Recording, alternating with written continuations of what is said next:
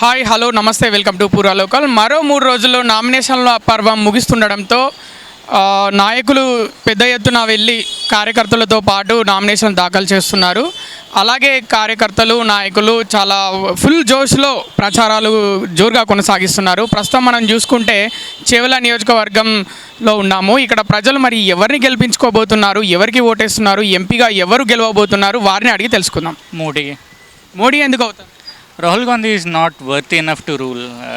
So we have the next best option is Modi. So we don't have any other best option to choose. I would give credit to the entire IAS and IPS organizations under Modi that is working. I guess Modi did very good job in choosing the right IAS and IPS. So yeah, he is good administrator, I think. Modi అవుతారని ఎందుకు నమ్ముతున్నారు? ఆయన చేసే developments బాగున్నాయి, schemes ఇది వరకు చేసినాయి. ఎందుకంటే ఇప్పుడు 60 ఏళ్ళు కాంగ్రెస్ పరిపాలించారు కదా, తర్వాత ఇప్పుడు చేసిన 10 ఏళ్ళలో చూస్తే చాలా డెవలప్మెంట్. మరి చూసుకుంటే టఫ్ ఫైట్ కాంగ్రెస్ బీజేపీ మధ్య ఉంది అంటున్నారు. మరి బీఆర్ఎస్ ఏ వరకు తట్టుకుంటుంది?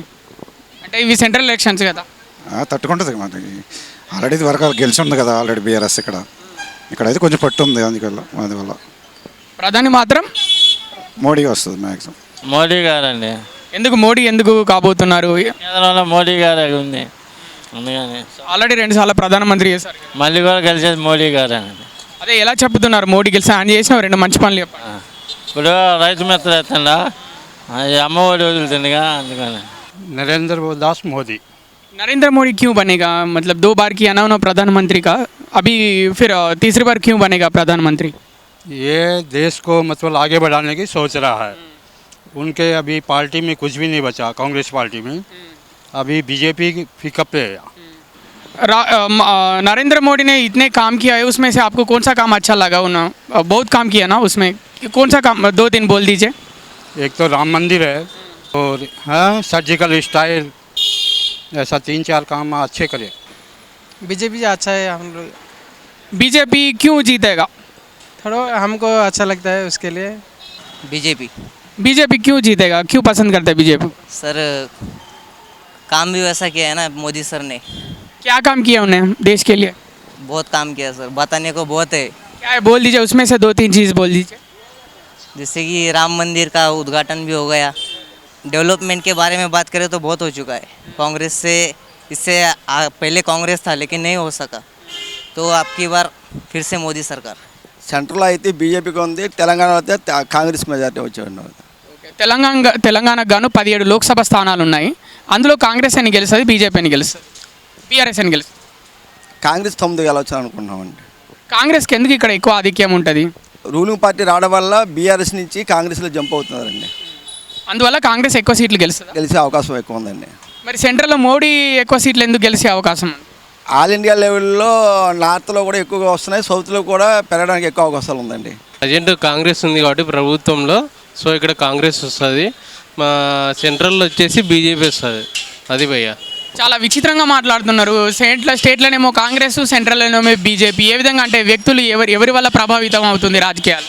అంటే ప్రజెంట్ రూలింగ్లో ఉండేది తెలంగాణలో కాంగ్రెస్. సో ప్రజలు నమ్మింది ఇక్కడ కాంగ్రెస్ నమ్మి ఈ సంవత్సరం ఛాన్స్ ఇచ్చారు. సో మనం లోక్సభ ఎలక్షన్స్ కూడా పోల్చుకుంటే కాంగ్రెస్కే వస్తుంది. అది బీజేపీ వస్తుందండి. మరి కొంతమంది మీరు యువకులు కాబట్టి మీకు క్వశ్చన్ అడుగుతా. చాలామంది యువకులు ఏమనుకుంటున్నారంటే బీజేపీ పార్టీ ప్రధాని మోడీ యువకులకు ఏం చేయలేదు అని అంటున్నారు. అది ఎంతవరకు కరెక్టే? అది కరెక్టే అండి. ఎందుకంటే సెంట్రల్లో చాలా గవర్నమెంట్ జాబ్స్ ఉన్నాయి, నోటిఫికేషన్స్ అయినా కానీ ఇంకా సివిల్ స్టూడెంట్స్ కూడా చాలా అప్సెట్గా ఉన్నారు. ప్రతి ఇయర్ చాలా తగ్గుతూ వస్తున్నాయి. వాళ్ళలో నాకు ఫ్రెండ్స్ ఉన్నారు, వాళ్ళు చెప్తుంటారు. ప్లస్ సెంట్రల్లో కూడా జాబ్స్ కానీ ఆ విషయంలో మోడీ నోటిఫికేషన్స్ రిలీజ్ చేయకపోవడం కానీ, జాబ్స్ ఉండడం కానీ అవన్నీ జరుగుతున్నాయి. బట్ స్టిల్ ఆయనకున్న క్రేజ్ కానీ, ఆయనకున్న బ్రాండ్ ఇమేజ్ ఫారెన్లో కానీ ఫారిన్ కంట్రీస్లో, దానివల్ల మన ఇండియాలో మెయిన్గా జరిగేది ఏంటంటే ఎడ్యుకేటెడ్ పీపుల్ కన్నా విలేజ్ పీపుల్ ఎక్కువ ఓటేస్తారు అన్నట్టు. దానివల్ల గెలవడం ఖాయం. తెలంగాణలో కాంగ్రెస్ వచ్చింది, ఓకే కాంగ్రెస్ వచ్చింది, ఫైన్, నో ఇష్యూస్. ఎందుకంటే మనము కేసీఆర్కి అపోజిట్గా కేసీఆర్ని ఓడించాలనే ఉద్దేశంతో కాంగ్రెస్ని గెలిపించాం, అది అందరికీ తెలిసింది. యాస్టీస్గా. అండ్ ఏది ఇప్పుడు కాంగ్రెస్ వచ్చి ఫ్రీ బస్ ఇచ్చారు. ఫ్రీ బస్ మ్యాక్సిమం అవసరం లేదు. ఐ మీన్ స్టూడెంట్స్ కన్నా లేకపోతే వర్క్ చేసే వాళ్ళకి ఏదో పాస్ ఇచ్చి అలా పెట్టినా నడుస్తుంది. కానీ ఫ్రీ బస్ ఇచ్చి చాలా ఇబ్బంది పడుతున్నారు చాలామంది. ఈ సీట్ ఎవరు గెలుచుకోబోతున్నారు? వాళ్ళ ముగ్గురిట్లో నాకు తెలిసింది కొండ విశ్వేశ్వర రెడ్డి. ఎప్పటి నుంచో తెలుసు ఆయన. సో మ్యాక్సిమం ఆయనే గెలవచ్చు. ఎందుకంటే ఇక్కడ ఎడ్యుకేటెడ్ పీపుల్ ఎక్కువ ఉన్నారు, ప్లస్ ఆయనకు పలుకుబడి ఎక్కువ ఉంది. వాళ్ళ నాన్న తాతన వాళ్ళ పేరు మీదనే కదా రంగారెడ్డి డిస్టిక్ వచ్చింది. సో మ్యాక్సిమం ఆయనే గెలుస్తాడు చివరిలో నుంచి. Thank you. మోడీ గారు వస్తారనుకుంటున్నాను నెక్స్ట్ టైం, అంతే. అది మోడీ ఇండియా మొత్తం డిజిటలైజ్ చేయడానికి చాలా ట్రై చేస్తున్నారు bro. That is major contribution towards the development of India. So మళ్ళీ మోడీయే వస్తారని ఐఎమ్ బిలీవింగ్. రాహుల్ గాంధీ రాడు అని ఏ విధంగా భావిస్తున్నారు? తన స్పీచెస్ కానీ అవన్నీ వింటూ ఉంటాం కదా బ్రో, అంత ఎఫెక్టివ్గా అనిపించదు. సో మనం చెప్పే మాటలను బట్టే ప్రజలు నమ్ముతారు ఎప్పుడైనా. సో మోడీకి ఉన్న వాక్చాతుర్యం కానీ ఎక్స్పీరియన్స్ కానీ ఇవేవి రాహుల్కి లేవని నా అభిప్రాయం. యువకులకు ఎందుకైనా అంటే జాబ్ల రూపంలో ఆయన ఎందుకు ఇవ్వలేకపోయారు జాబ్స్ అంటే అంటున్నారు బయట, అది ఎంతవరకు నిజం తెలియదు బ్రో. మరి నాకైతే జాబ్ వచ్చింది, నేను చేసుకుంటున్నాను. సో అంటే యువత ఇప్పుడు కంప్లీట్గా గవర్నమెంట్ మీద డిపెండ్ అయ్యి మాకు జాబ్స్ రావట్లేదు అని వాళ్ళని బ్లేమ్ చేయకూడదు. వీళ్ళ ఎఫర్ట్స్ వీళ్ళు పెట్టి తర్వాత అన్ని గవర్నమెంట్ జాబ్స్ కోసమే అందరూ ట్రై చేస్తే 100% ఇంపాసిబుల్ బ్రో. సో మనకు ఎక్కడ అవకాశం ఉందో అక్కడ యువత దూసుకొని వెళ్ళి మనం కూడా ఎంతో కొంత మన కంట్రీ డెవలప్మెంట్కి సపోర్ట్ చేయాలి. కానీ గవర్నమెంటే నాకు గవర్నమెంట్ జాబే రావాలని కూర్చొని ఉన్న అంటే పరిపాలించే ప్రభుత్వాన్ని బ్లేమ్ చేయడం కూడా కరెక్ట్ కాదు. 100% మోడీ వస్తాడు.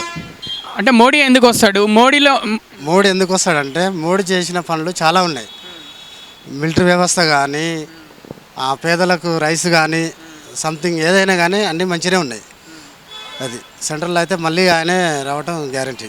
ఆయన ఏ పార్టీలో ఉంటే ఆ పార్టీ గెలిచేవాడు ఖాయం. ఒక 2-3 ఏమో ఈ వస్తే కాంగ్రెస్ రావచ్చు.